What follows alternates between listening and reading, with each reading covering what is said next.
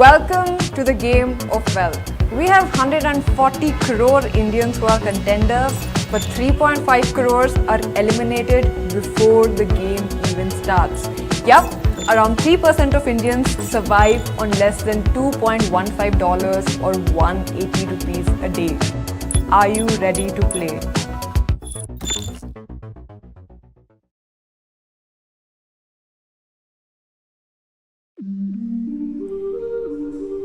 Now let's begin with our very first player, Arun. You are going to live Arun's reality now.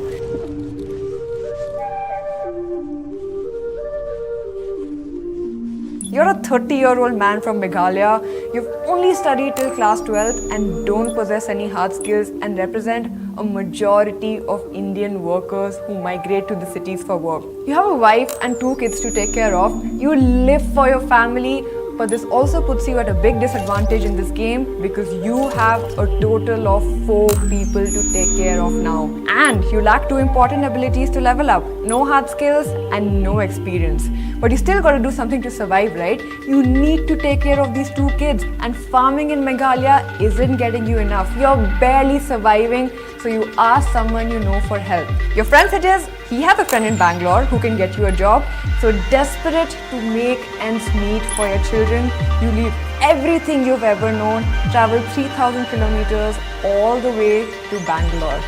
This big city is your chance to make more money and level up. Within the first 2 weeks, you manage to land a job as a security guard at a company and you're pretty elated about it.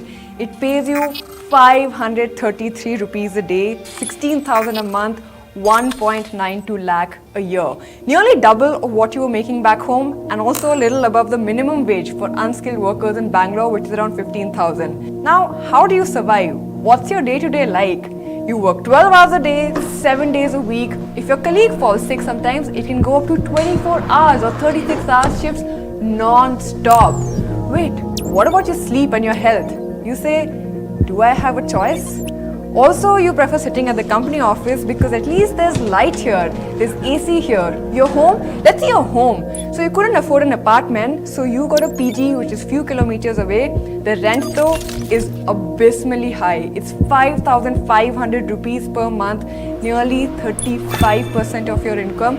But you're happy because at least they give you 3 meals. What are the meals, by the way? Mostly just rice. Now let's look at your other spends.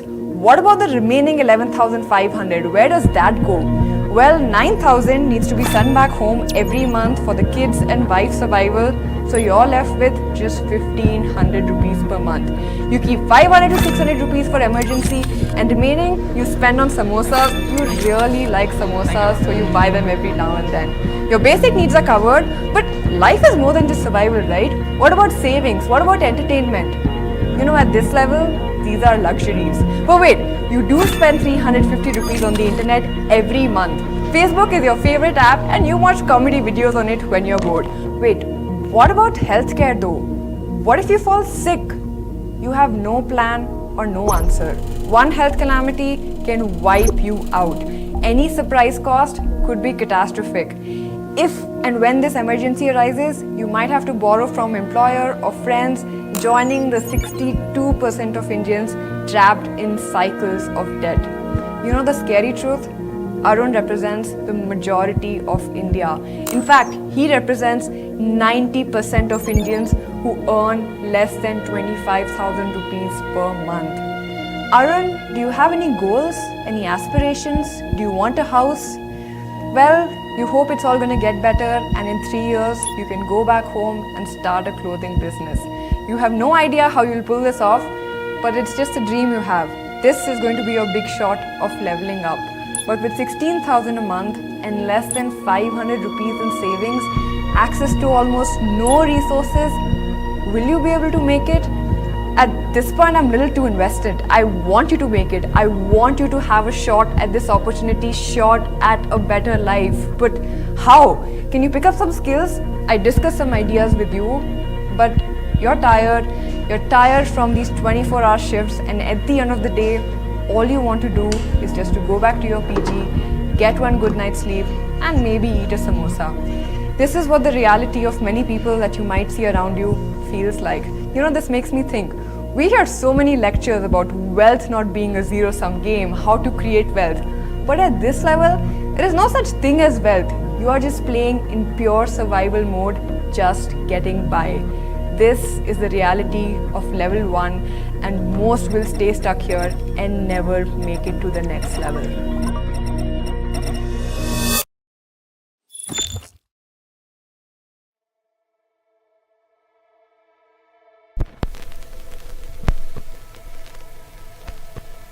Welcome to level 2. The stakes are very different here. The game changes. Your aspirations, your needs, your struggles take a different shape. You're now Neeraj, a content manager in a fintech startup in Bangalore, and you are now making an annual salary of 8 lakh per annum, which is monthly enhanced salary of 66,000 rupees. You know, if you know English and you can communicate and you know how to use a computer, this is the level that all of you watching this video can make it to.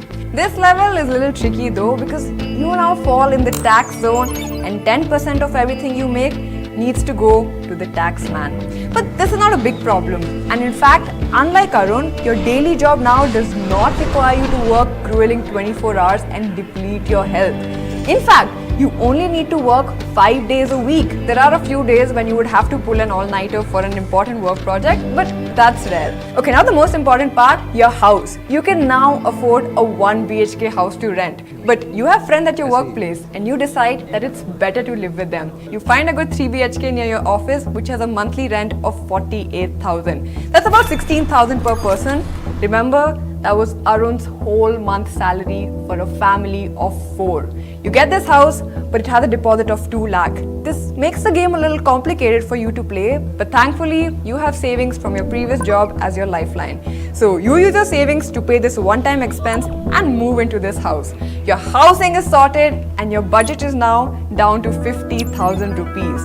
You have to send 20,000 a month back home to your parents since they are now retired and you need to take care of them. So now you're left with only 30,000. Still plenty though. Let's forget your food. You have countless grocery shops nearby, but sometimes you want to save time and energy, so you also use these 10-minute delivery apps for getting your groceries.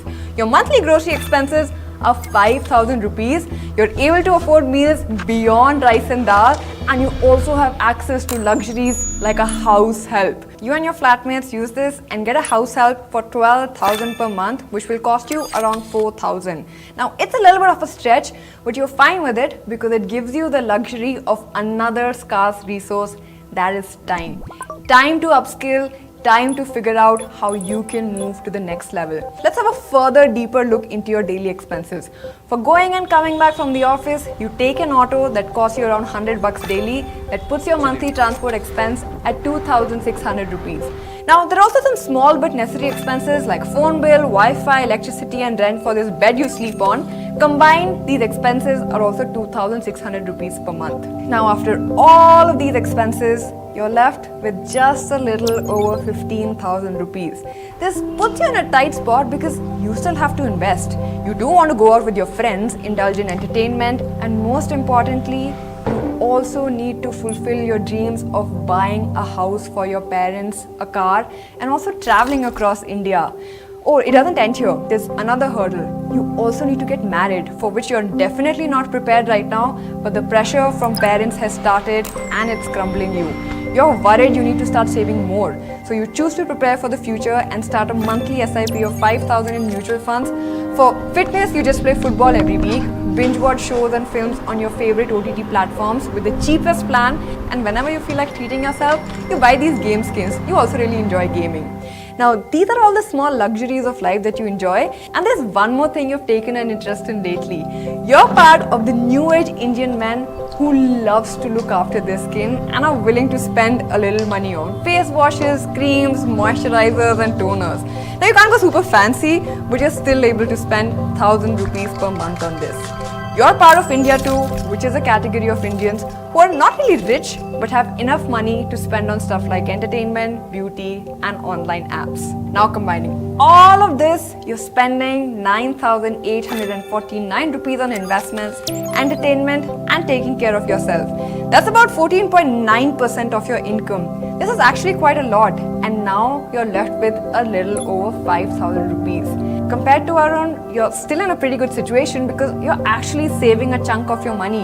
You're earning 3.5 times of what he earns. You have a far higher chance than Arun to move ahead in the income pyramid, but you still live in constant anxiety because some of your peers are making 1 to 1.5 lakh a month. So you're constantly in this state trying to figure out, how do you get there? What happens if you get married? You can't afford to move into a 2 BHK in a tier 1 city, and just one bad risky investment can end all your dreams. This anxiety keeps you up all night, even though you're called the top 10% of Indians. But why does it constantly feel like you're just making by? Why does it not feel like you're making enough? You're exhausted, you're hoping your appraisal will solve some of it, and in a few years you really hope you make it to level 3 and are able to buy that car, that house for your parents. As of now, back to the grind, and we move on to level 3. But before we continue, we would like to thank our partner for this video, Odoo. Odoo is an all-in-one enterprise management app that helps you meet all your business needs, be it invoicing, website creation, inventory management, or creating an online store. You know, in the last few years, I've seen a lot of people starting online businesses, and a big problem all of them face is in creating an online store, maybe due to lack of budget or technical knowledge. If you're somebody who's facing the same challenge, then you need to check out Odoo's e-commerce builder. With this tool, you don't need to worry about having any technical skills.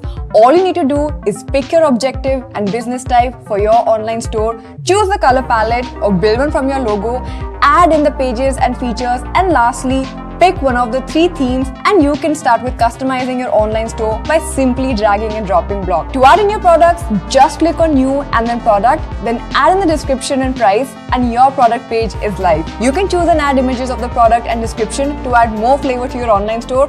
But you know the best part? You don't have to pay anything to start because Odoo's first app is free for life with unlimited hosting and support and a free personalized domain name for the first year. So check out Odoo for all your business needs. Now back to the video.